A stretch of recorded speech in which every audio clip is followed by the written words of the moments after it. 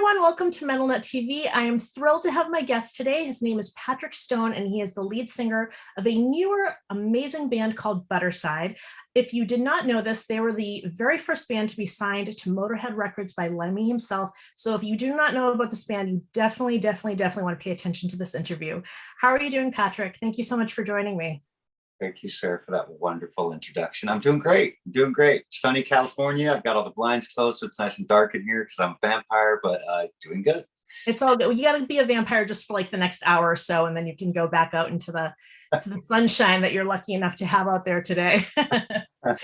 All right, so I want to talk to you about who you are as a musician and how you got to this, being in this amazing band.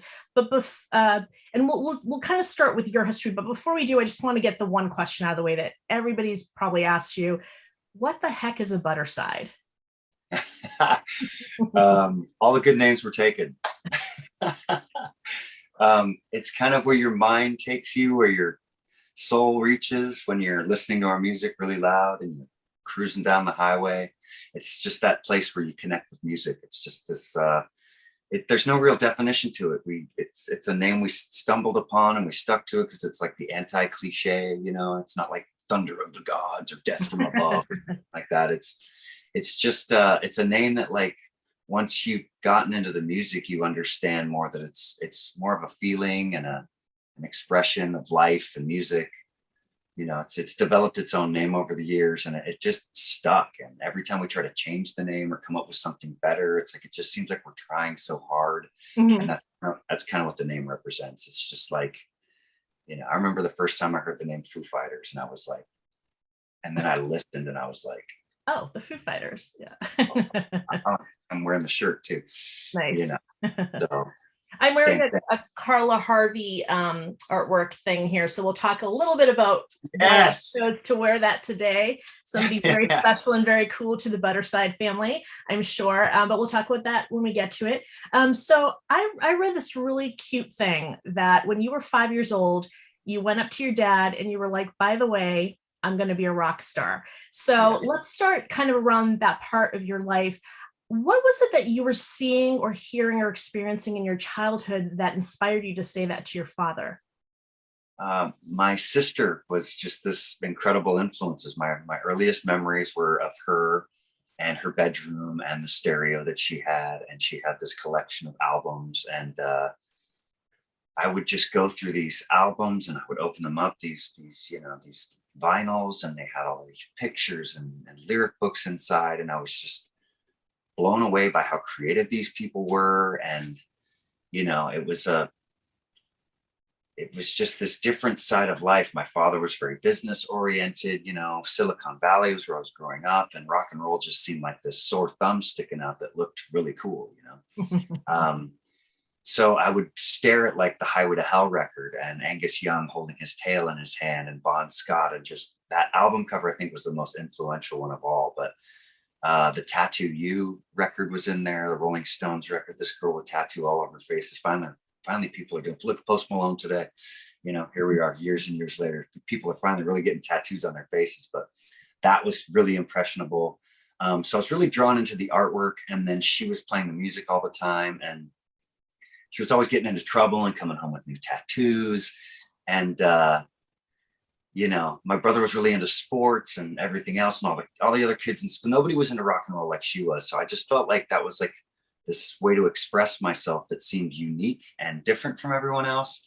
And I really gravitated to that. So before I was 5 years old, I remember walking across the street towards our school. My elementary school was right across the street. My father was walking me over to the parking lot where he taught me how to ride bikes and, you know, drive mopeds and everything else.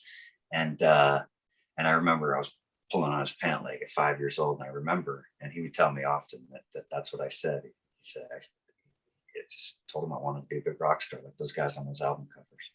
How long was it between that moment and when you realized that, no, I'm really, really going to do it? Because, you know, when you're a kid, you want to be a firefighter, you want to be everything, right? So when was it like in your life where you were like, no, Dad, I was serious. I wasn't just saying it.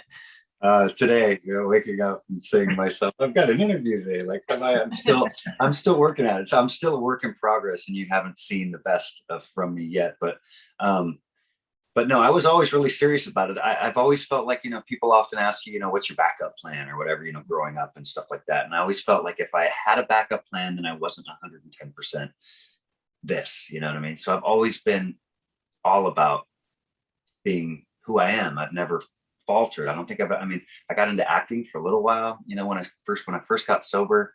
I started doing some acting, but I always knew that music was going to take back over. It was more just to, kind of handle my finances and stuff. It was a lot more tangible, and but I've never veered off course. And so it's always been really real for me. My sister, again, gave me my first acoustic guitar when I was about 8 years old. And I remember, showing the kids at school right off the bat how cool music was. I had this guitar and I could play chords, and, everybody was always really intrigued by it. So I felt like there was something there that like I possessed that I could share with other people. And that was really important to me, being able to share, this feeling that you get when you play music and then you show somebody else and they get that same feeling. It's just it's the miracle. It's the miracle of music. So fast forward a few years, freshman year of high school, I was already in a band covering Metallica and Ozzy songs. We were playing all the lunchtime, concerts and all the parties, we were always just going crazy. So it was serious even then. And we would play gigs outside of school and get paid. So, the itch started early, and I've been scratching it ever since. That's amazing. Have you always been a singer, or were you more playing guitar back then? And when did you become a singer? I think I was first and foremost, I was a singer. When I was tugging on my father's pant leg, I was definitely like, I wanted to be like, like those, like Bon Scott. And I wanted to be the guy in front, I wanted to be, and my mom was always encouraging me. Her father was a piano player in Germany. Her mother was a singer. They had a band. I've got pictures from the, way back when, these black and white photos. And, they had a group, violins and a big kick drum. Like, I don't know what kind of music they were playing. I'd love to hear what that was. Play piano. And then my father on my grandfather on my dad's side was Milton Berle's piano player, and he played for Jimmy Dorsey. So music was kind of in the blood. Yeah, his heritage was kept from him. He was adopted by another family and didn't find out until later who his real father was. So that was kind of a trap. But just being a front man was always like, I just always wanted to be free of music, of instruments when I was performing in front of people, because I felt like I'd really connect to them a lot easier that way. But I couldn't help but fall in love with the guitar and the drums. And I've become pretty fluent in all of those instruments. And songwriting is really important to have an instrument with you, especially the guitar. I just fell in love with, anytime I had sorrow or happiness or anything, and you just hunker over that thing, and the sound vibrates through you, and you find the notes that get you through whatever emotions you're feeling, and then write some lyrics to that feeling, and then there's a song. So the beauty of that has always been there, and I still contribute to the music side of Budderside, even though now I've got the musicians that exceed my expectations by miles and miles. So I don't have to play anymore, but I still love to, so I will. And actually, I'm jumping a little bit ahead, but is that why you went from being a 4-piece band to a 5-piece band? You have an additional guitar player now. Was that to free you up from the guitar? Definitely. Yeah. It's when you're starting out with a band and everything else, getting musicians that were like the ones I have today, it takes some convincing, and your songwriting has to be great enough that they want to jump on board for whatever reason. Like, but getting people to play the songs that I had written correctly, was also, there was a bit of it to that, and a lot of egos fly up. So until somebody came in that was ready to just really do it for real and play the parts that I needed them to play, as well as put their spice on it, it took some serious, it took a long time. We went for a long time. There was a whole huge period of my life was just anti-lead guitar players. You know what I mean? I was a huge fan of Slash, and I loved, all of the music I grew up to. Every song had a guitar solo. But there was this part of me, probably because I could never play one correctly, that I decided that, like, you don't need guitar solos in your music. Right. Just come up with another vocal bridge or some kind of a break. And I kind of wrote my songs with that in mind. And there was never really any guitar solo breaks. But you notice once I finally had the musicians that I really, really wanted, Spiritual Violence opened up a whole world of guitar solos, which Sam Bam takes on with grace. And, he just fills up that space. And I think that was the missing component, was just my talent is not lead guitar solos. In fact, funny story, we were playing at Lemmy's birthday party, his 70th birthday party, and I didn't have a lead guitar player in the band yet. And it was basically 2 rhythm guitar players. I had one guy there to kind of hold down the rhythms, but it came time for this solo in a Johnny Cash song that we cover. And I had to walk up to the front of the stage and do my 3-note solo, which is not a solo. And as I'm playing this thing, I look down, and not only is Lemmy up there in a throne, but I've got Zakk Wylde, Slash, and Steve Vai. All of them. They're all right in front of me. And I'm like, darn. That might have been the moment where my subconscious said, get a fucking lead guitar player, because this is bullshit. You need to get over yourself and just get one. Big time. So maybe it was my ego that was in the way, but I'm happy that my ego has, I think, died quite a bit. Okay, I guess that's a good thing. So songwriting is clearly very important to you. Yeah. I think you write really beautiful music, really beautiful lyrics. And I read that you actually started writing those songs pretty young. I've read everything from 11 to 13 years old. When did you start crafting your own songs? Like right around when she handed me that guitar, as soon as I knew some chords. So fast forward a few years, I did take a few guitar lessons from this guy down the street. He had a little guitar shop, and I went in and saw him, and he taught me how to play Eddie Van Halen songs and Prince and any cover that I wanted to learn. And all of a sudden I was coming to school and I could play those songs, and all of my friends were really turned on by that. But I found myself writing a song. I think my first song was a dedication to a girl I was falling in love with. And I think it was called Blood Red Rain. I think that was the first song. Or maybe it was to my sister. There was actually one to my sister. My sister unfortunately committed suicide when she was 19 and I was 12 years old or so. But so I had that guitar and I had what she had possessed me with in my spirit. And I was trying to carry that on. And I remember writing, I think that was it. My first song that I ever wrote was really something that helped me through her suicide. And it was kind of a scream out to her. I was angry with her. And it was just this, it was a way I could talk to her. So I felt like there was this connection to the beyond, with songwriting. It's like, not only, can you communicate with the friends or whoever you share the song with after you've written it or recorded it, but while you're writing it and playing it, it's a song to the dead or to the people you're talking to. Is spiritually, you can communicate with people. So there's this, I don't know, this sort of telepathy thing I feel like is going on with songwriting. So it's important to me in that sense. But writing songs was definitely, I must have been 12 probably when I wrote my first song for her. And then later on, I remember getting in some trouble with a girlfriend of mine. And that's when that Blood Red Rain song came in. I wrote a song for her. And I think it spilled out my honesty and like my true intentions with her. I think she had me wrong. And I remember sharing that song with her. And that gave birth to a second run at the relationship. Like, she was like, power. That's power right there. Yeah, because sometimes you can't find the words. And then you do when you're, when you're so emotionally connected to an instrument in your hand, it just starts to pour out. The honesty starts to pour out, and you seem to be able to convey this message that you can't otherwise, right? Yeah.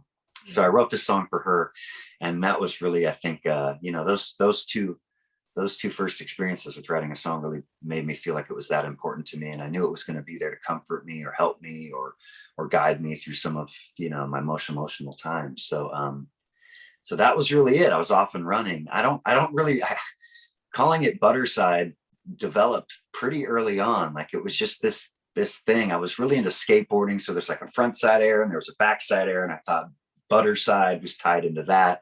All the artwork and the colors were so wrapped around like Santa Cruz skateboarding, like, all of the, all of the artwork that goes with that, kind of the graffiti and everything that went along with skateboarding, like all of the artwork on all of the different skateboards. So that kind of pushed the name and keeping all of that stuff just in one package. I didn't ever really want to be Patrick Stone. I always felt that was kind of silly. So I wanted a band. I knew I wanted to be like AC/DC or the Rolling Stones. I wanted something like that. So that kind of conjured this this envelope to put all of my songs in. And some of the songs that are on the debut record were written very early on, pieces of them. They would be written and put away. And I would just record things on like the tiny cassette recorder or CD player or whatever I could find. And then, you know, when you're going into the studio, all of a sudden there's this crunch for like the best material you could possibly have. What stuff are you going to put into it? And you find bits and pieces in places, and then you finish songs that you never thought were going to turn into songs that you thought this could be something great someday. So you just kind of file them away. So yeah, a lot of that stuff started early on. A lot of those songs started early on. And do you write? Are you somebody who kind of has a plan for writing? Like, I'm going to write an hour a day or whatever, or do you write more when you're inspired? Totally inspired. It has to grab me. Yeah, every time I've tried to force myself into something, I think I have something great, and then it's just like 2 days later, I can't remember what it was, and then that's the proof to me that it wasn't something. And then other times it's like, I feel like I really have to put myself through trials in life. Like I need to really be going through something. So it makes me live with purpose, I think, a lot more. Being a songwriter and a musician, I feel like it pushes me to like really, you know, if something's not worth my time, then I shouldn't be doing it. And if it is worth my time, then it's probably going to start weighing on me heavy enough to like start writing something about it. So if it's a relationship with a friend that's, you know, pissing me off, or if it's a relationship with a woman that's really getting me excited, or even, you know, anything that really weighs on your heart, you know, it'll start to etch at me, and I'll start to hear something. Sometimes I'll get, sometimes it comes really fast. I remember Wide Awake, the song inspired by signing the record deal with Lemmy.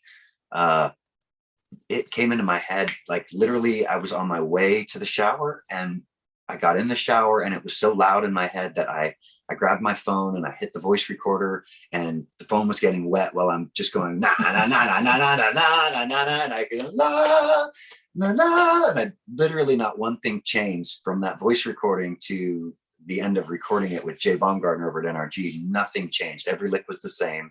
I think they talked me into changing a few things like producers do, just like riffs. But I mean, literally the whole thing was it, like you wrote it right then and there on the phone. Yeah. Sometimes it just comes in and it goes out, and I don't know where it came from. I can't take credit for it. It's just like, it's like a radio wave or something sometimes. Yeah, that's very cool.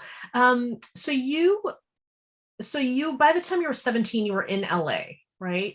Yeah. There. Did you move to LA with your family, or did you do that thing that a lot of teenagers do and they just decide, this is what I'm going to do, this is going to be my life, and I'm moving to LA for this purpose?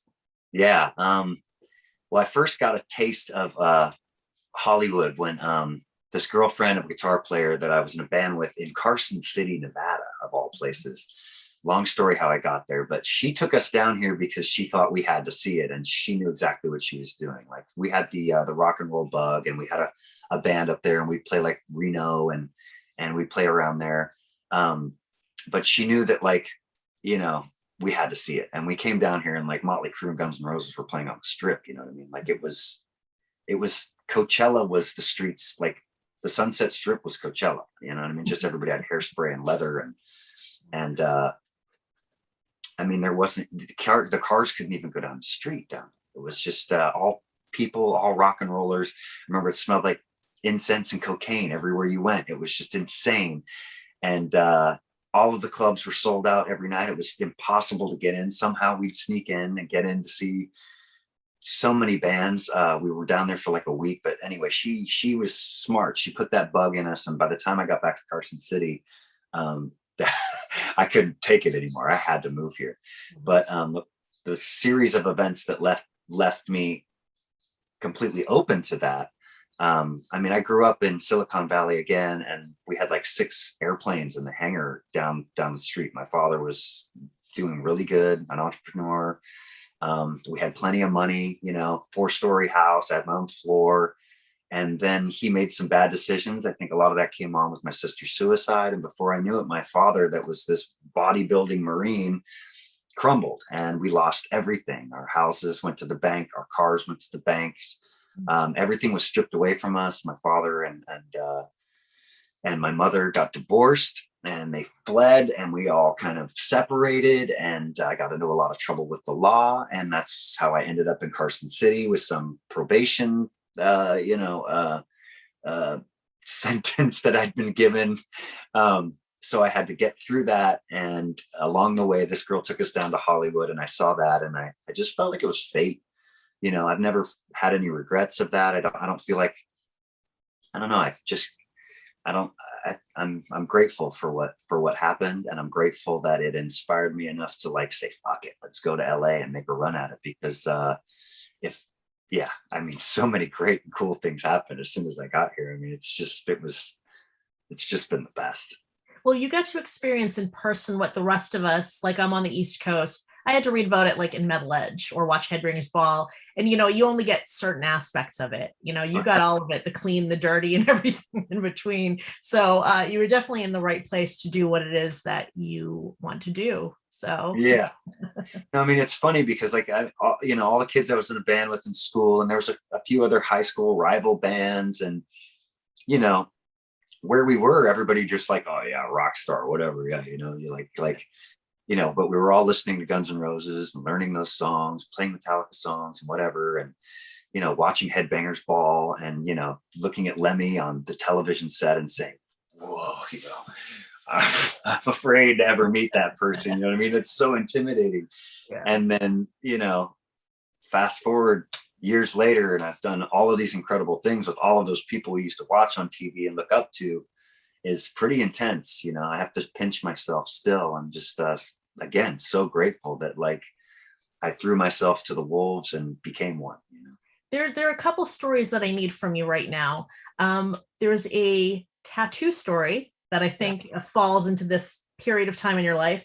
And then after that, I'd love to hear how you met Lemmy, because that's a very important part of your life and an important part of the Budderside legacy that you're about to build. Yeah, for sure. For sure. Yeah. As a kid, I think my first tattoo was just the letters KC. I was in love with this girl and I wanted to prove to her, again, the same girl I wrote that song for. I wanted to prove to her that,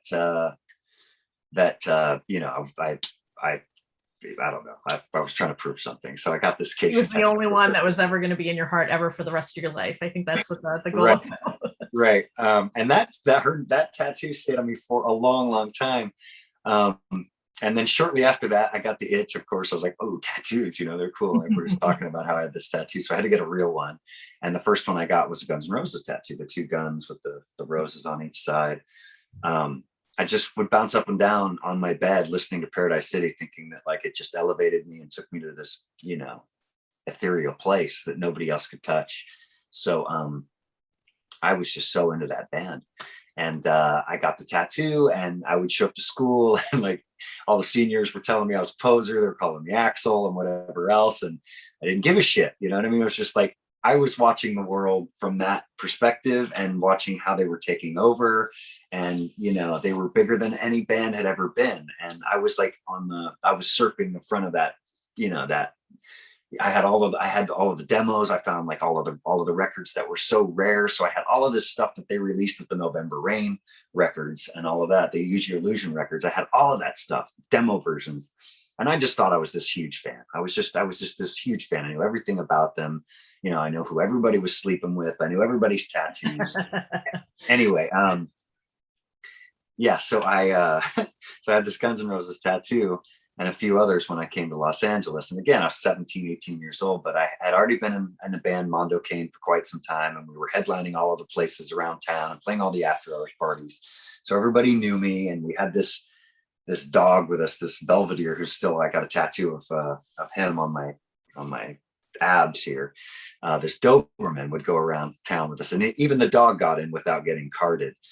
And I remember we went to bar one night right out. That's the bar where Vince Neil and Razzle, right? They got in an accident and he died there. That's this bar that we were at. And we walk up there and we go inside and I see Axl Rose at the bar. And I can't remember if it was Stephanie Seymour, but it was definitely like Victoria's Secret type model chicks were all standing around with him, but all of them faded to black. And I just saw Axl and I thought, man, my hero, I'm going to show this guy my tattoo and we're going to be best friends, you know? So we make eye contact from across the bar and I'm walking over. And as I am, I'm pulling up my sleeve and there's this Guns N' Roses tattoo. And, I show up, put it right in his face. And he starts laughing, and all the girls start laughing, and my tail goes between my legs, and I leave the bar brokenhearted, and funny story. Fast forward years and years later, Lemmy kicked down the door with Velvet Revolver and got me an audition with them, and I was recording some songs, and Slash was slated to jump up on stage with my band Aces and Eights at the Viper Room in the midst of all of this, and I ran down to the tattoo shop and got it covered up before I saw him that and that night eventually going to hear the story, right? Because you've told it enough times now. Yeah. I'm getting better. I get it shorter and shorter, and the important parts come faster. No, that's heartbreaking. It is a cool story. It's a super cool story. Well, it had a happy ending. Yours had a happy ending. I imagine there were other people with Guns N' Roses fans that probably just cried a lot, and that was it. Maybe they got a different reaction from them. Maybe it was, I don't know what it was. Maybe it was, maybe they were laughing about something else. I'd like to keep this place in my heart for him, that maybe someday I'll get to meet him again, and I'm sure I will, because I've ran into everybody numerous times. I see those guys sometimes, so maybe I'll see him again, and maybe we'll be able to talk about it someday. You have to let me know. I'm curious because, as you know, these days, bands post videos or post photos on Instagram of their of tattoos of their band. I mean, this is like a point of pride to have like many fans with tattoos of your band logo. So yeah. Only had that tattoo during Instagram days and not, in the 80s.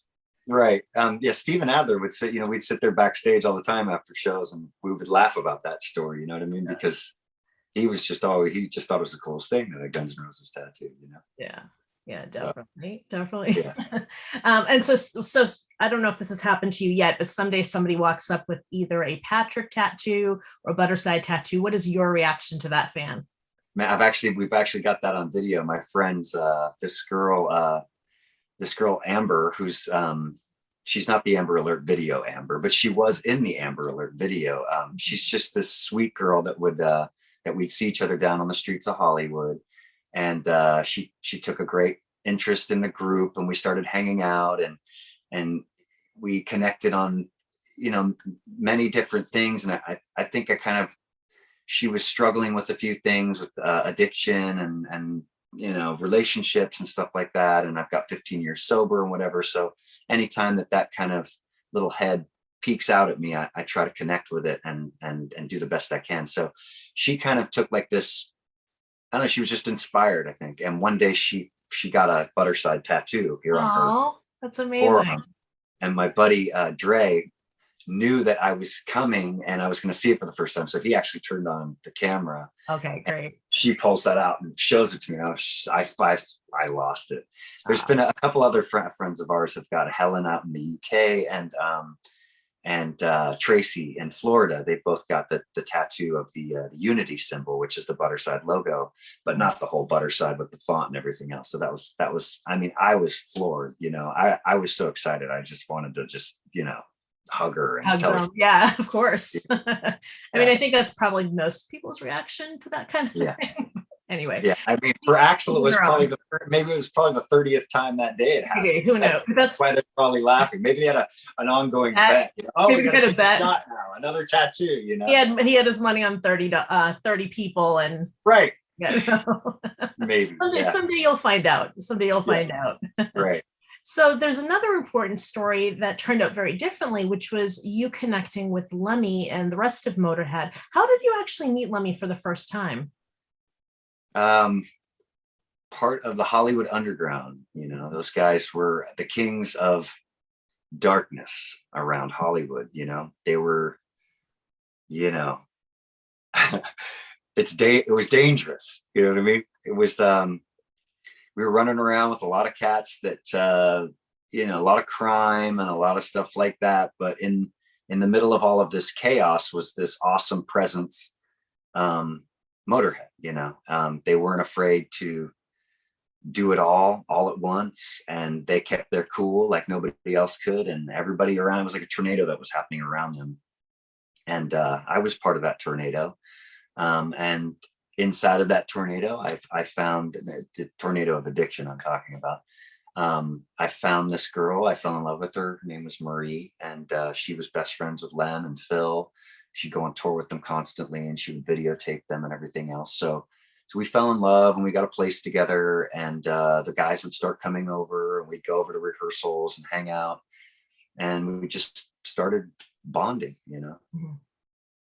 Yeah. So it was like a real, like an immediate connection. You guys connected on a human level. It wasn't just about the partying and all that, right? Because I feel like they really brought you into their world. And I don't know, maybe it was crazy enough that people would just bring you to their world just because you were doing the same crazy stuff. But I kind of got the sense that it was beyond that. There was like a true friendship, because later on, they trusted you to be their roadie, which I think is kind of a big deal.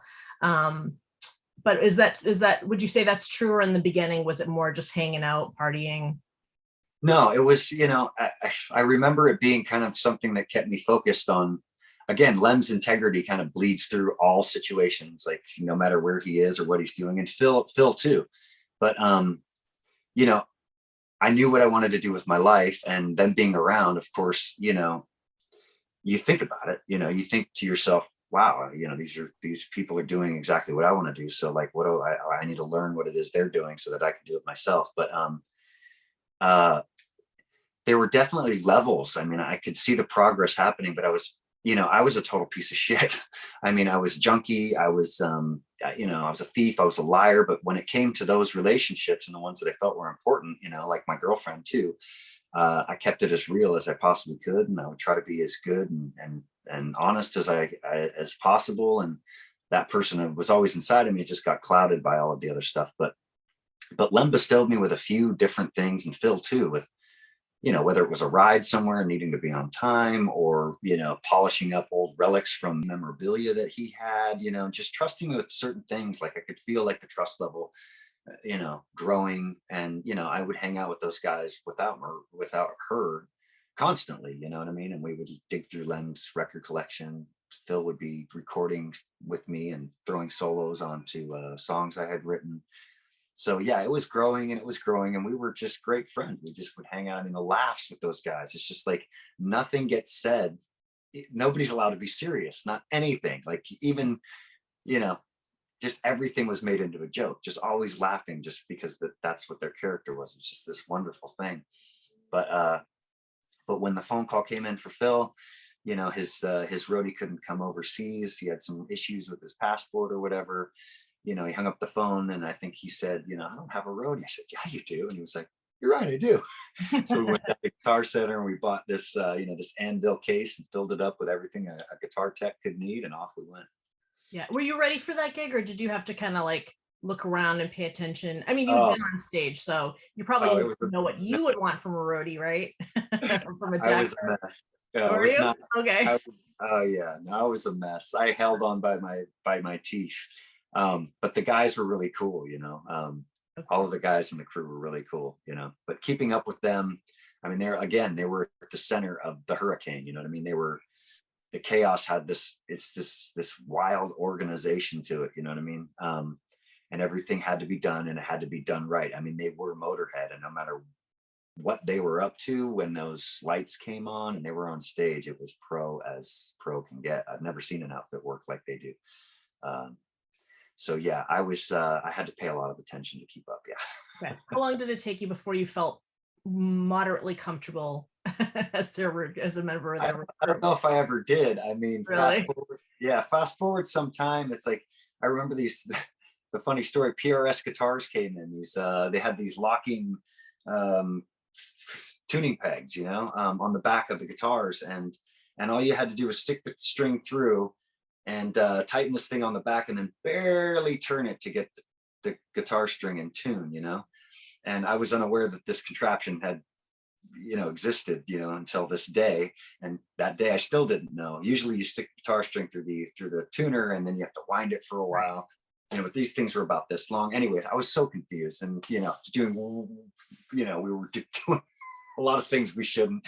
So my mind was racing, and I just wasn't focused enough this day. And you know, it came time for Phil to go out on stage, and I could have sworn I was going to get it right. Why can't I figure this out? But I handed him a guitar, and he walked out in front of 20,000 people and hit the guitar strings, and they all flew off the guitar. Oh.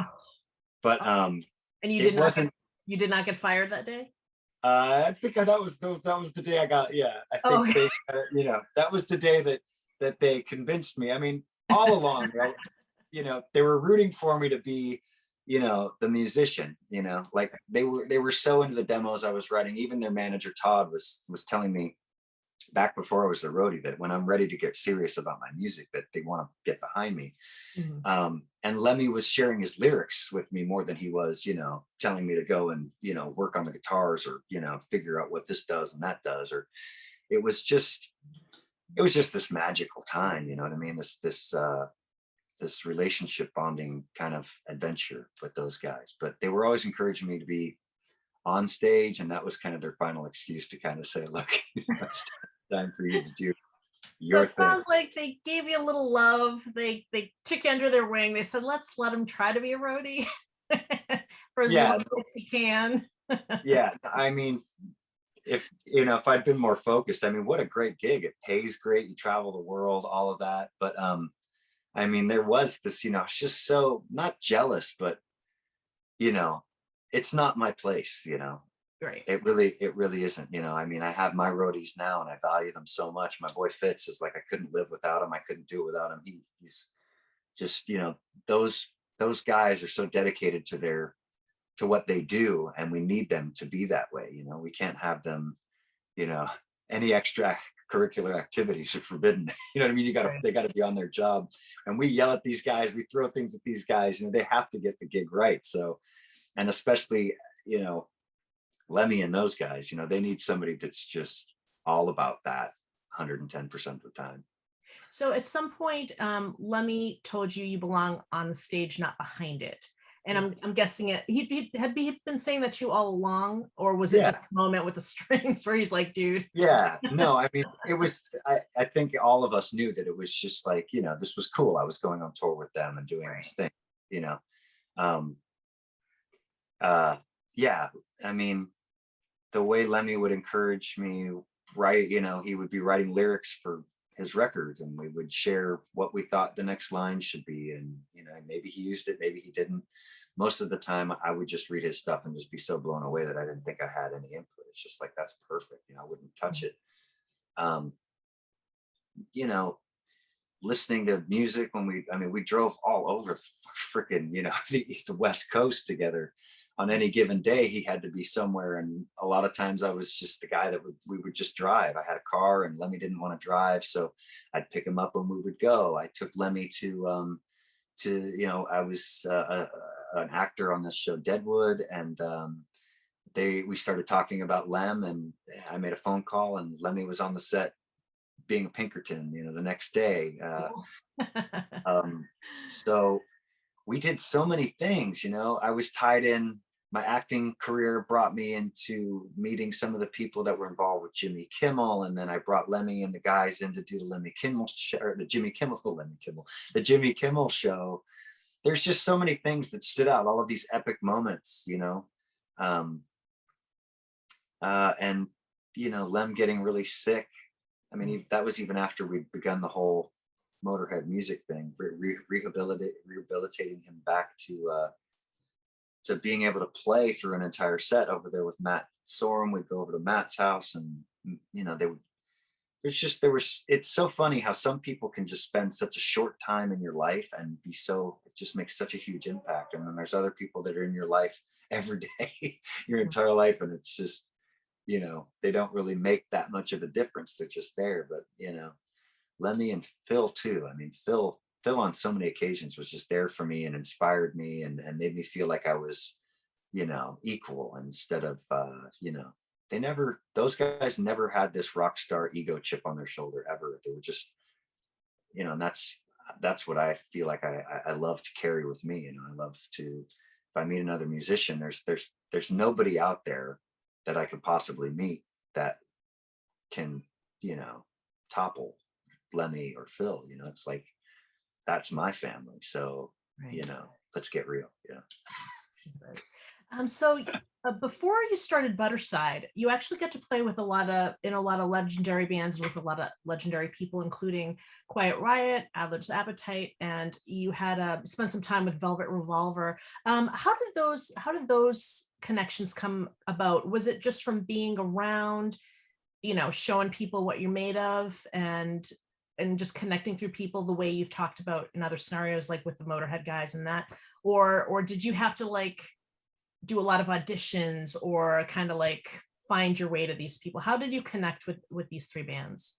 Well, it's a little bit of everything. Going back to when we were talking about being obsessed with Guns N' Roses and knowing who all of their girlfriends were. That's the funny thing, is when I came into LA, they were a little bit untouchable, but all of their girlfriends were still stripping at all the clubs. So I got to meet all of them and they became friends of mine. Some of them were girlfriends of mine.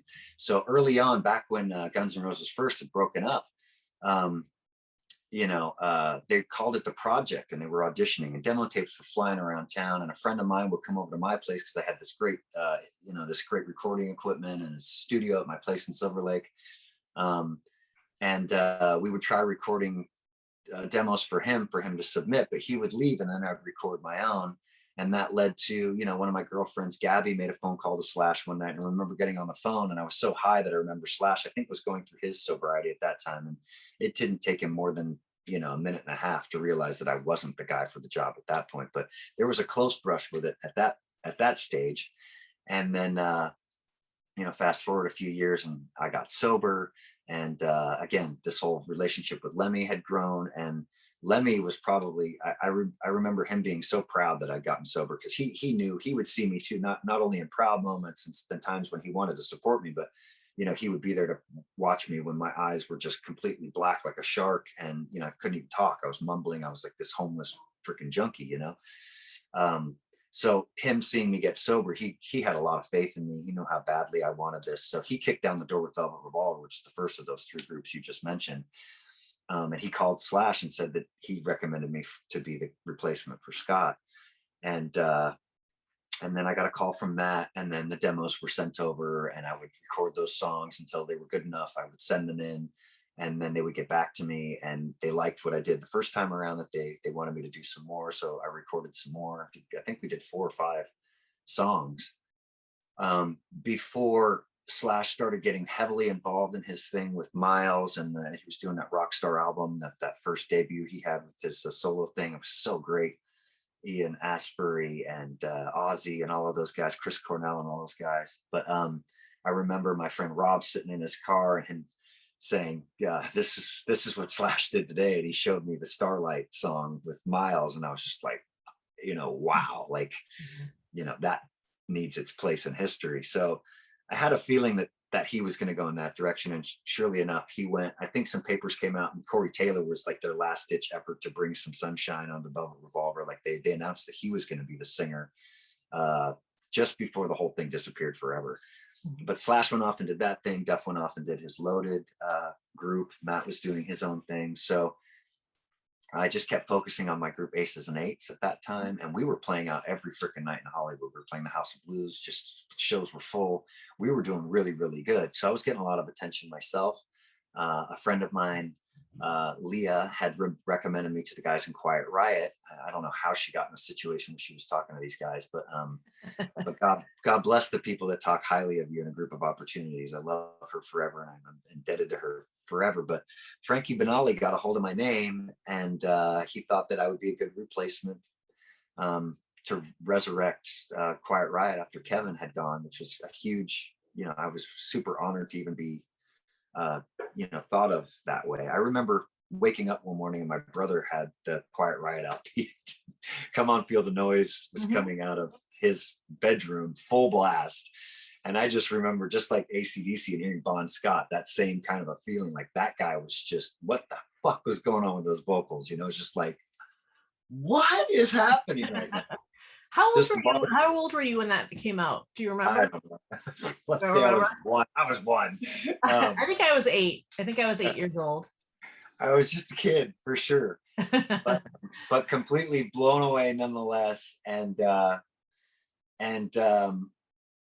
remember this feeling of intimidation coming on as soon as they said, that they wanted me to sing for the group. And that this looked like it was actually going to happen. Like they were going to come to an Aces and Eights show and check me out.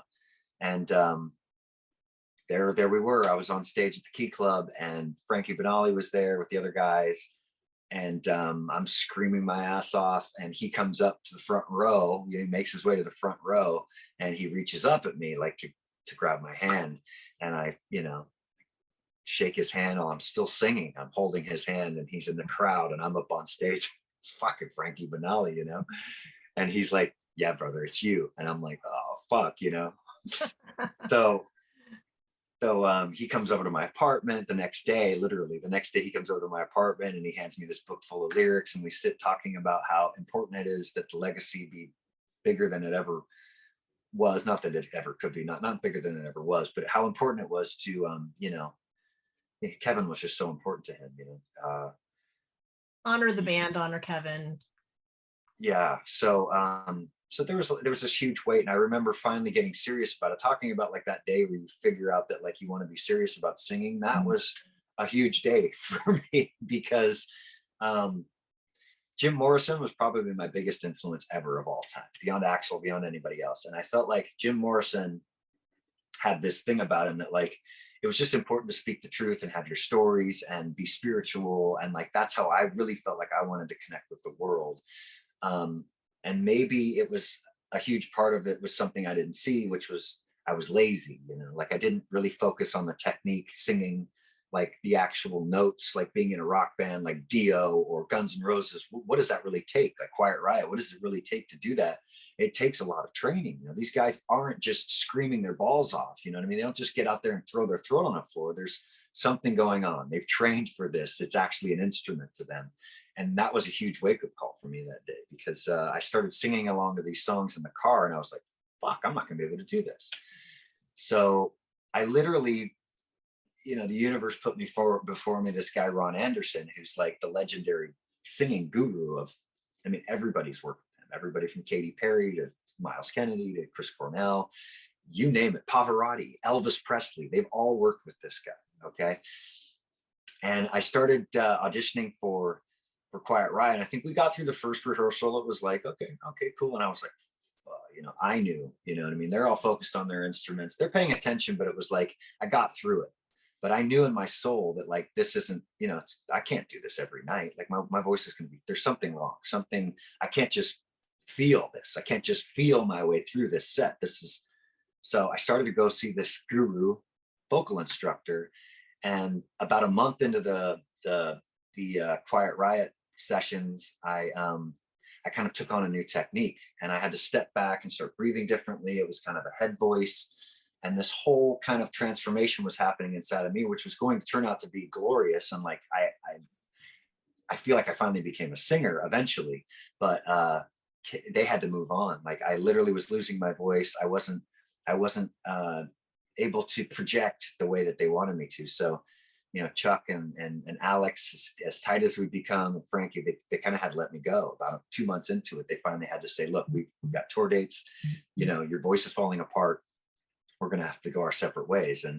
And I was crushed, but at the same time I was inspired. And I had this new sense of, I was recording with Aces and Eights at the time too. We were recording our album, Dead Man's Hand. And I remember going into the studio and starting to throw some of this new technique on, and my voice kind of had finally developed this Axl side to it, stuff that I'd always wanted to do, but just avoided because I wasn't capable.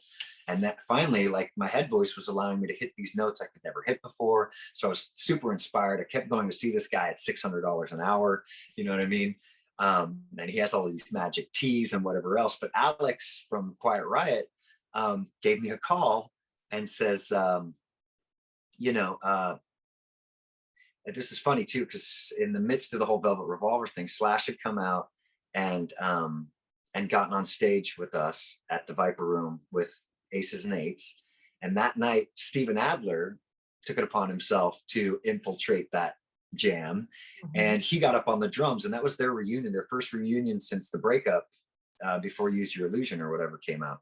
Oh, wow. So that was huge, and the place went nuts. But Steven Adler was behind me for the first time that night, and my whole focus was on Slash because my head was in the Velvet Revolver thing. But like, I still look back and I go, wait, that's Slash and Steven, you know what I mean? And so that was my introduction to him. And then I guess my name had come up, and Alex had thrown me into the hat. So I get a call from him, from Alex, and he said that Adler wants to give me a whirl. And by the time I walked into those auditions, my voice already, within 2 months, this guy had got me into shape. He whooped me around, and my voice was already just like I was in a dream world. Like I was singing along halfway through Sweet Child of Mine. I was just like, I fucking got this, you know? And yeah. And then Steven and his band came out to see me again with Aces and Eights at the House of Blues. And they were up on the balcony, and we kicked ass that night. And my attorney was Steel Panther's attorney. We were opening for them that night, and we went backstage, and Steven was back there with Chip. And I walked in, and Ralph, Michael Starr, says, "This is the fucking guy. Like, no doubt, this is the dude for your band." And Steven couldn't deny it. So that's when I got that gig, and that was well deserved. And that was so much fun. And I still pinch myself when I look at all those pictures to see those videos. It's just like there was a kid jumping up and down on his bed, listening to those songs, and all of the naysayers in school telling me like, this is just some kind of a wild, crazy crusade. There I am. There you are. So at some point you decided that you wanted to have like your own band, right? But not necessarily under your own name. And I want to talk about Budderside now. You started the original lineup of Budderside maybe not started, but you recorded your first album in 2016 with childhood friends. So where do these childhood friends come from? Because you've been playing with all these amazing people all along. Had these guys been in your life, and when exactly did you meet them? Right around the same time I came to Hollywood, and I was running around with that Guns N' Roses tattoo. Stone Man, I love that guy so much, and Rich also. We would just get in a lot of trouble together. You know, we were all doing all the same stuff. Like I said, I was the worst of all of them. Mm-hmm. Don't get me wrong. I did things that most people will never do. But these were my buddies that like were the backboards, and they were musicians. And Rich Sacco is, you know, still, you know, probably a contender for first place in my mind of the best drummer on the planet. Mm-hmm. Just such a great drummer. He has such a unique style. And he was in a band called Truth or Dare back then. Mm-hmm. And I remember being intimidated by that band, but when I met him, I played my songs for him, and he liked them. So we started hanging out. Truth or Dare fell apart. So he and I would get together all the time, but we were so unorganized, honestly. Like we were doing a lot of, you know, we were both had our addictions and our issues, but Rich had a studio out in North Hollywood that like he lived in. So he had a place to play drums, and I was living with my stripper girlfriend above Cheetahs, and I had all this recording equipment. So we would see each other and get together all the time, and we believed in it, in the music. It's, you know, it's a bit heartbreaking to fast forward so many years and see us, go our different ways. But you know, with my sobriety, Stoneman included too. I mean, we had this family. You know, they are whether, you know, they like to say so or not anymore. They'll always be my family. It's just they probably want to kill me if they see me at this point. But you know, sometimes you got to do what you have to do. But you know, there's parts of me that want to kill them too. You know, things just they get heated and things aren't going the right way. But they were definitely there for, like, you know, we would jam and we just, you know, we lived together. We hung out together. We always went through all of our problems together. But I got sober, and when I did, whether or not they kept on that path or not, it's just like I started to be the master of my own destiny. You know what I mean? If a record label isn't going to give me $1 million, well, then I'm going to come up with $1 million myself. You know, I'm going to have it, and we're going to do it, and we're going to do it right. And Lemmy getting behind me and all of that was, was pretty separate from those guys. I hadn't been playing with them for some time. Again, I was with Aces and Eights for for quite some time, trying to make a good go at that. And then, you know, Lemmy and Todd and Phil, and, you know, they said, let's get you in the studio with Paul. And, you know, that's when I asked myself, well, who do I want to do this with, you know? And you think, you know, I think to myself, do I go out and I get this musician? I probably could have gotten whoever I wanted, you know, at that point. I could have gotten, you know, the greatest guitar player in town. I didn't see it happening like that. There was just some kind of, I wanted to do it with these guys because they were my friends, they were my bros, they're talented enough. I don't know if they were focused enough, but I thought that this could definitely get us in that direction. So we got together and recorded the record. It turned out great. Paul was wonderful. You know, we went on tour all over the world over and over again, but we were just kind of banging our heads against the wall. I mean, we made an impact on a lot of lives, but not as many as I think we really should have or could have. You know, to no fault of theirs, honestly. I'm trying, I don't ever want to say anything bad about those guys. You know, I mean, I love them. We spent so much time together. They dedicated a lot of their lives to like believing that this could happen. But at the end of the day, I felt like, you know, it was kind of like, I was really the only one that was waking up and doing it 24/7. Like all of my connections were getting us places. I was booking all the shows and getting all the money for the tours. I was getting the tour buses. I was driving the tour buses. It just felt like a lot, you know? And I met Sam Bam Colton out at these jam nights, these Hollywood jam nights. And I was just like, wow. Actually, no, he was playing for Gabby Ray. We played this Dio fundraiser. And he was there with this wonderful singer, Gabby Ray, who I adore. And I was just blown away. This kid is just so good. His sound, his tone, his pedals, everything he was doing was just like, it sounded like an arena right there on a, you know, some rickety stage and out in front of the Harley Davidson motorcycle shop. But we started talking and then we started jamming and I showed him my songs and he sat in on some gigs and all of a sudden there was that guitar player element that I never had before. And I was, again, completely just awoke to the presence of that and what it could do for the group. So all I could think about was having Sam in the group, and Sam joined and we did some shows together at the Roxy, and Sam was still in school at MI and he had to finish out. So the tour that we had booked, he couldn't do. So we got Colin to sit in, and then Colin ended up becoming more of a main member because I felt like he was dedicating so much to the cause. It was always like this kind of a feeling like, you know, people were kind of like, well, if I spend this much time with you, you know, are you gonna, you know, make it happen for me? And it's like, Sam introduced me to some guys that no matter what I do, these guys are going to make it anyway. You know what I mean? If I died today, Sam, Jeff, Gabe, and Logan they're going to be stars probably in the same group together because we're just all such tight friends, and it's a beautiful miracle. The universe gave us this thing. I feel like it's totally the right decision, but you know, and that's not to say that Rich won't make it. I know Rich is making it with, he's playing with a guy from Orgy now. I'm not sure what Stone is up to, but I wish them all the luck in the world. It just, there were a lot of arguments on the phone, a lot of issues with rehearsals, like getting things right. Just a lot of things when Sam came into the picture and having us play with other guys of, you know, like Sam, it just became a little bit, you know, obvious what needed to get done. And then I experienced some relationships that I'd been kind of trying to feed the fire with for a long time, professional relationships. And as the band seemed to be getting a little bit better with the influx of Sam and then Logan, finally I had the attention of some of these people that I've wanted the attention of for a long time.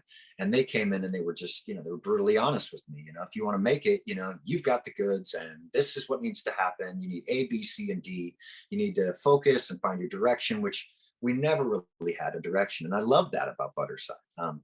Lemmy loved that about Budderside. He loved that we weren't genre specific. Like we weren't afraid to do a song like My Religion, which is just funky and slap bass, and like lyrics were just completely different from, say, The Envelope, which was super heavy on the first record, just you know, total heavy metal. So I love that it would take a left turn here and there, but it's beautiful. Again, like my vocal instruction, it's like I'm a late bloomer, I guess. You know, I'm the year of the ox, and I feel like that's represented in my life. It's like I'm slowly getting to where I need to be, but I am getting there. But this huge focus came in just on like how the whole thing should look, how it should feel, how it should sound.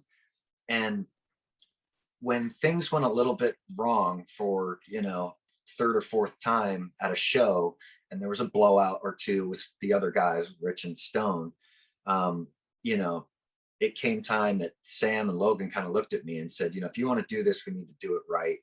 And I was on the phone with these guys, like I was just bringing these guys up, these people in the industry, and they were pushing hard for like a complete revamp if they're ever going to get involved in the group.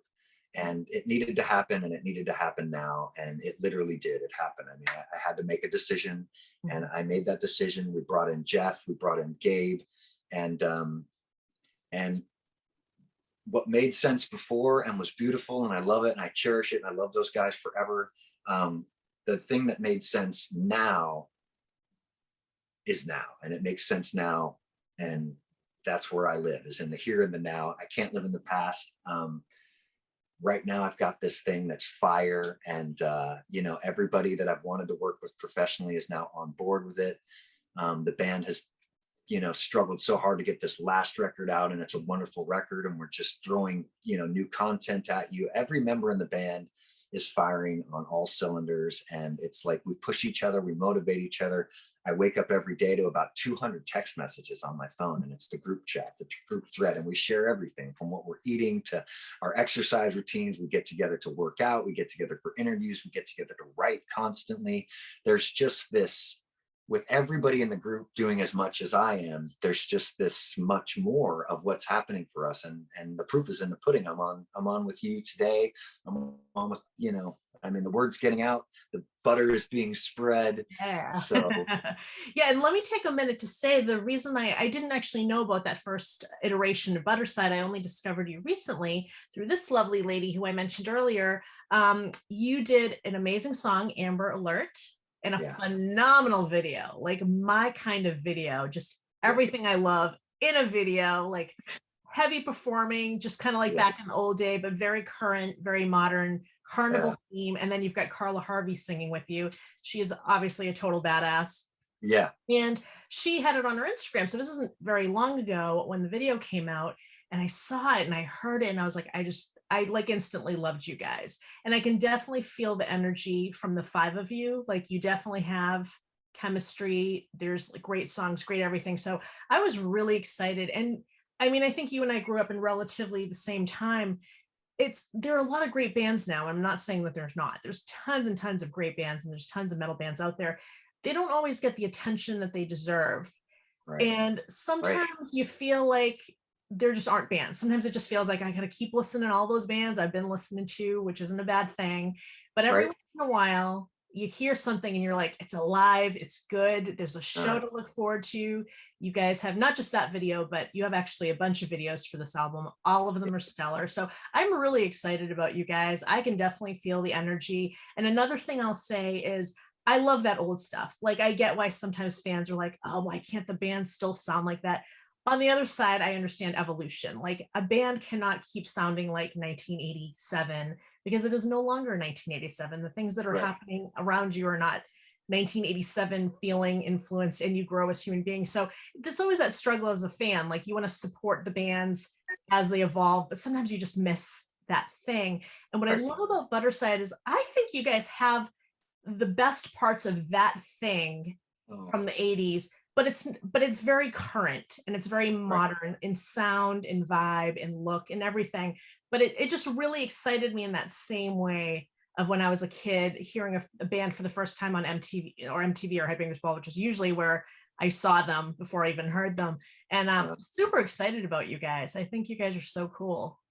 That's so great. I love to hear you say that. And it's really beautiful to see. And all the reviews that are coming out, I haven't seen anybody say anything negative about us, which is absolutely wonderful. I hope that all of the stuff that we're doing today and in the future brings light to the first record.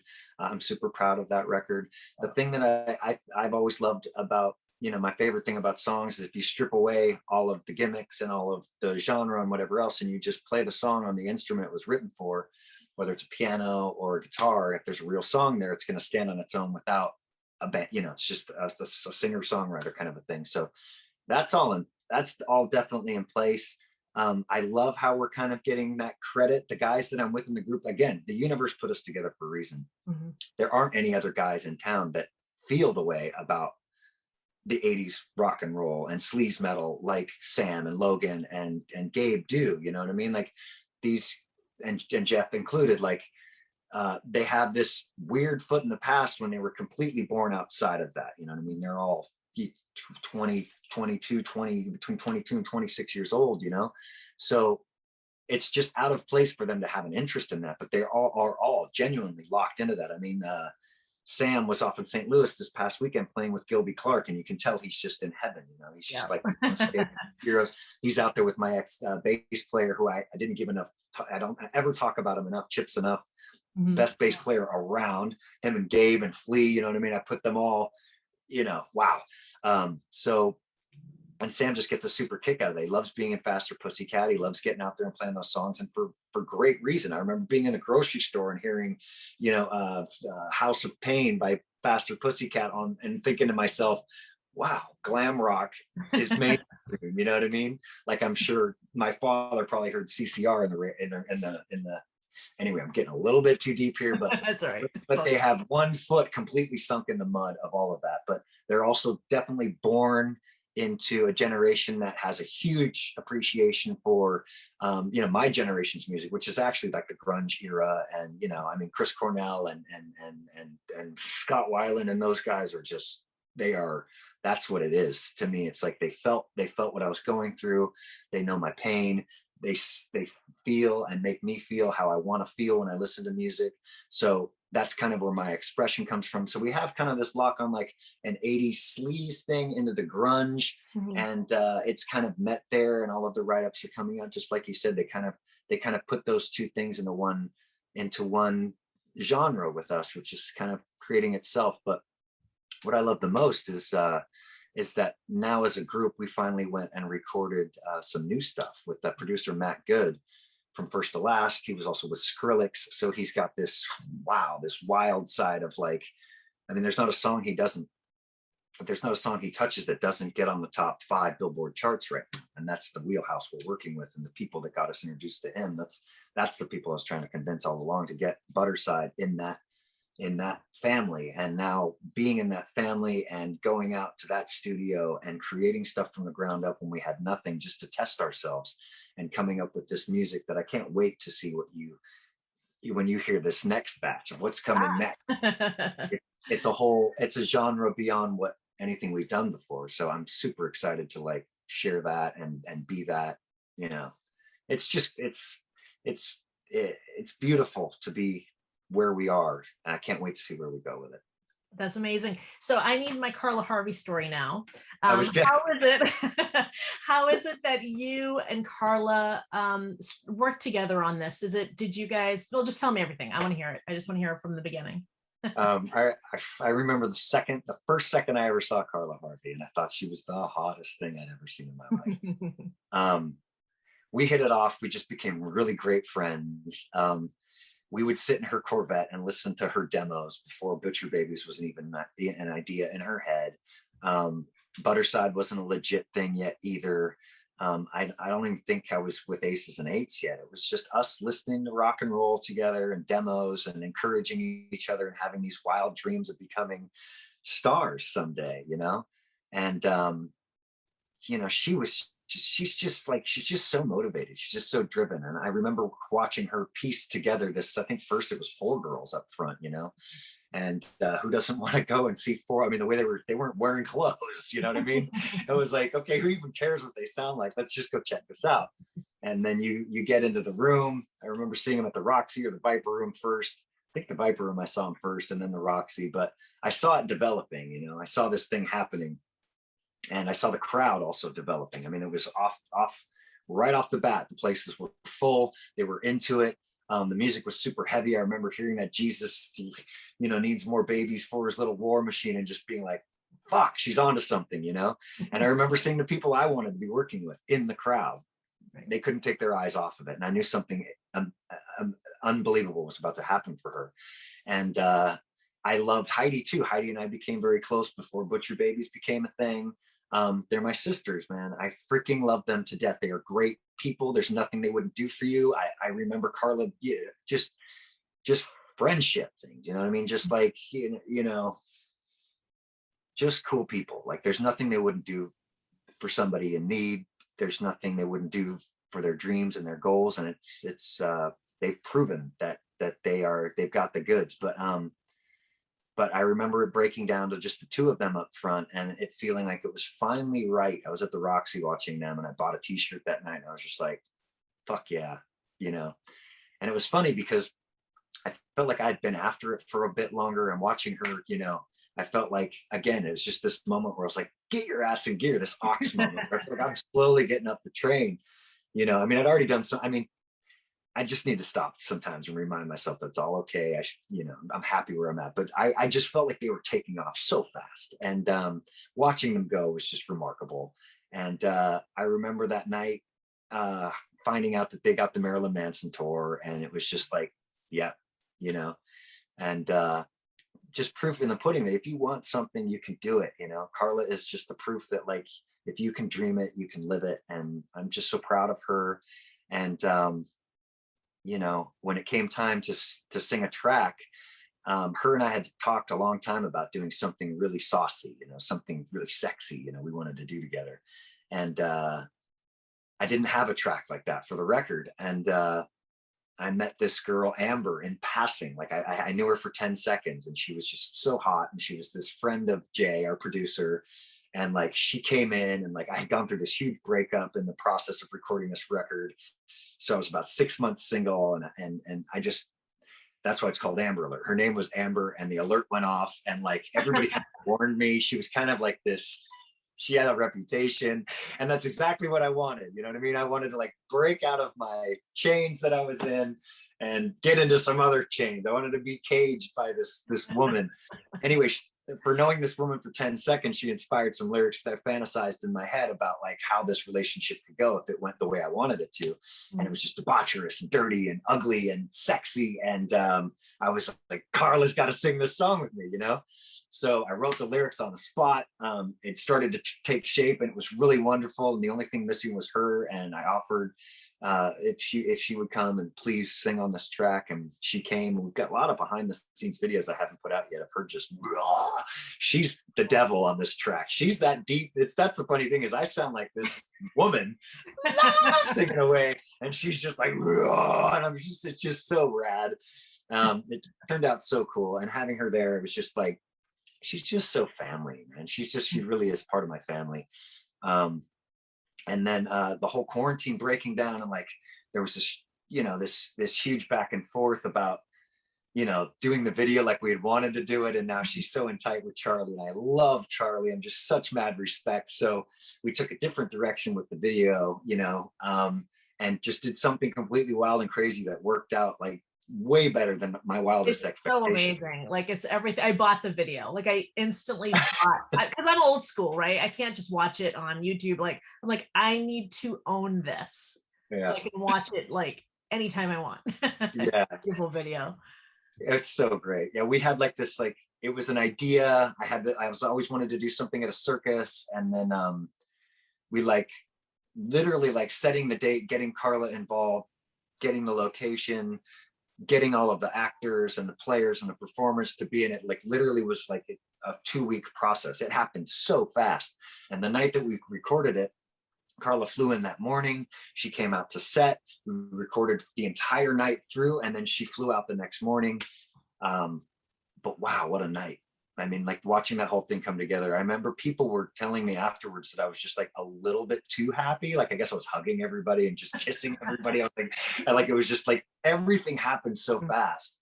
And to be the guy on the front end of it, creating the whole thing, you know what I mean? Like coming up with the money is always a rush, doing all of these things. It was just like, so many things happen that like the universe is just totally letting you know that like, this is what you're supposed to be doing. All of these creative juices, like that's the high of life for me, like being in that realm, and then to have Carla there, and then to see it turn out the way it did, that fire coming off of and out of the mouths of these people, and her reflection in that light, and her singing, it was just, and Matt Pinfield, know what I mean? This legendary guy who's become my best friend, um, playing the devil, just a miracle, man. It's just so cool. And then to share it with the world and get the response that we're getting, it's slowly, like Me the Ox, it's climbing up the charts, not like Carla's, but again, we're in that family now. So round three is coming up, and we're going to be swinging as hard as any of these guys.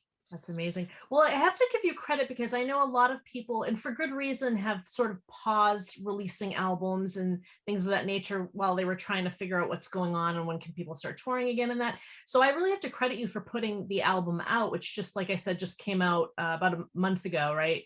Or not even, and putting out all these great videos. Did you just feel like we just need to do what we do and we'll work on the next album instead of just pausing everything and pushing for this? Absolutely. There's this, there's the whole internet world, the social media world. You know what I mean? You really need a presence there for people, again, trying to get to knock down the doors of that professional world that I've been talking about, seeing those guys around town for years, even when I was in Adler's Appetite, moonlighting with these guys and trying to get them involved in projects I was with, and then finally to get them excited, like they're excited now. But, you know, getting a little sidetracked here, but the album had to come out. We had done, the beginning of the whole record was with the past lineup. We'd gone to Japan. A couple of the other members were still in that video. So it's like, it needed to come out so that we could move on to what we have now.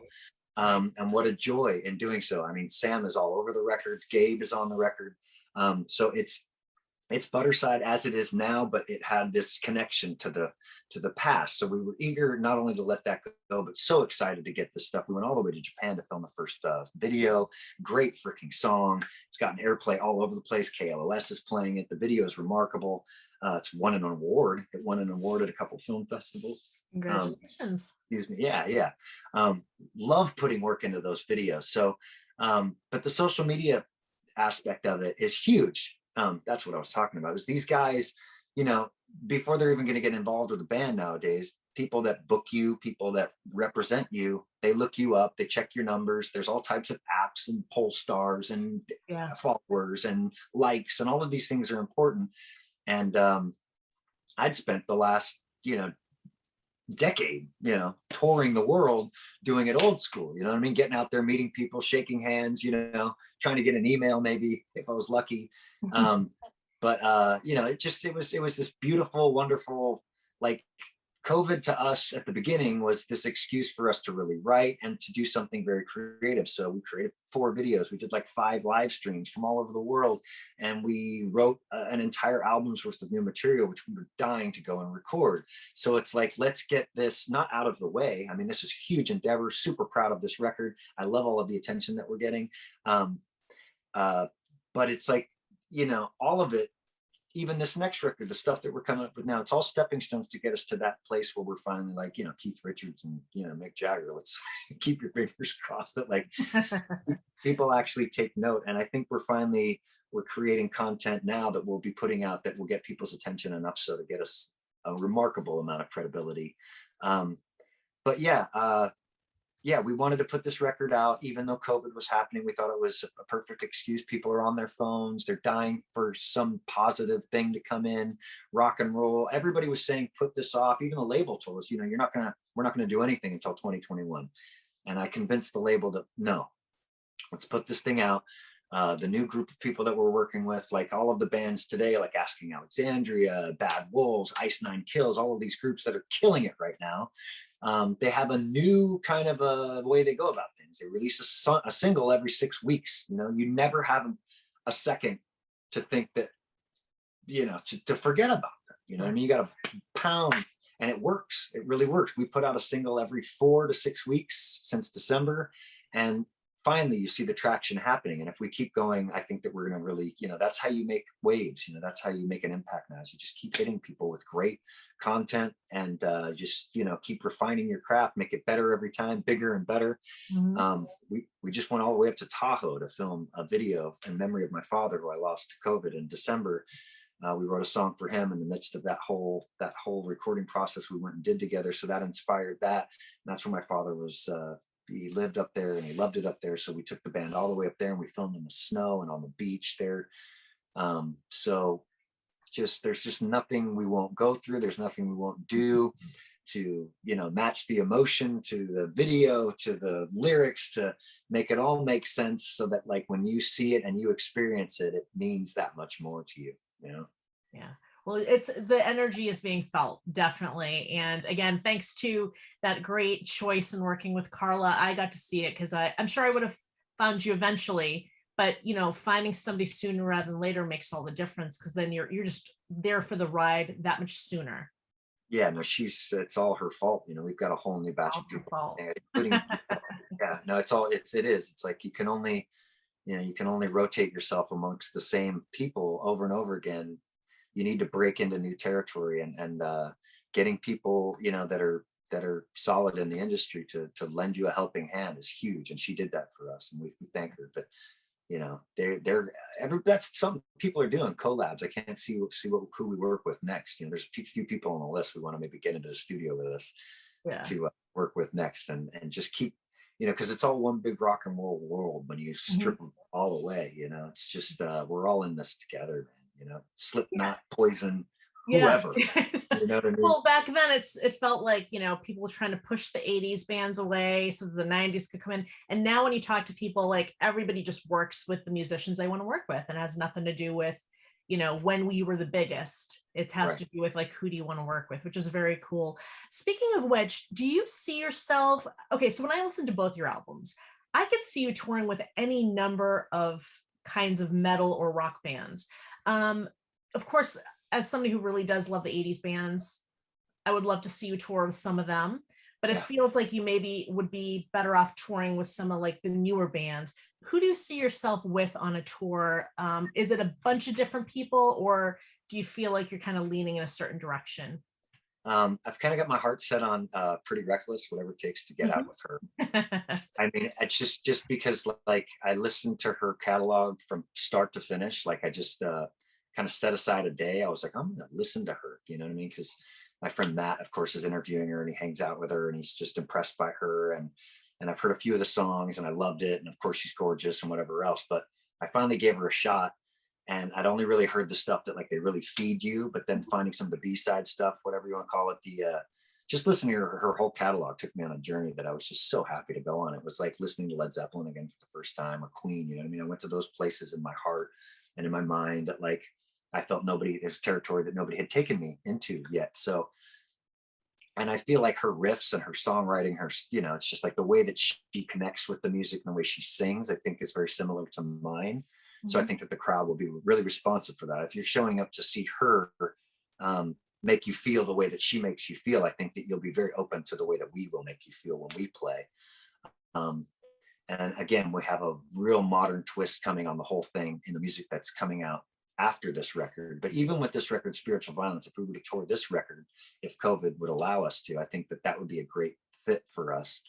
I have a feeling she'll be jumping on something with, bands like we were just talking about. Like, I mean, like she could probably go out with Guns N' Roses and hold her own, and that of course is a phone call I haven't quite made yet, which is in the back pocket. You know what I mean? I would love to maybe, if I can get the group to be at a considerable, level, that it makes sense to make that call, because it's all about who really loves you, you know what I mean? So we stand a good chance of getting on a tour with, I don't know, with Foo Fighters or Guns N' Roses, but ultimately right now the energy and the crowd and the people I want to reach are definitely in the Pretty Reckless vibe. We're good friends with Bad Flower as well too. We've got some really tight connections with them, and I love that band. I love their music so much.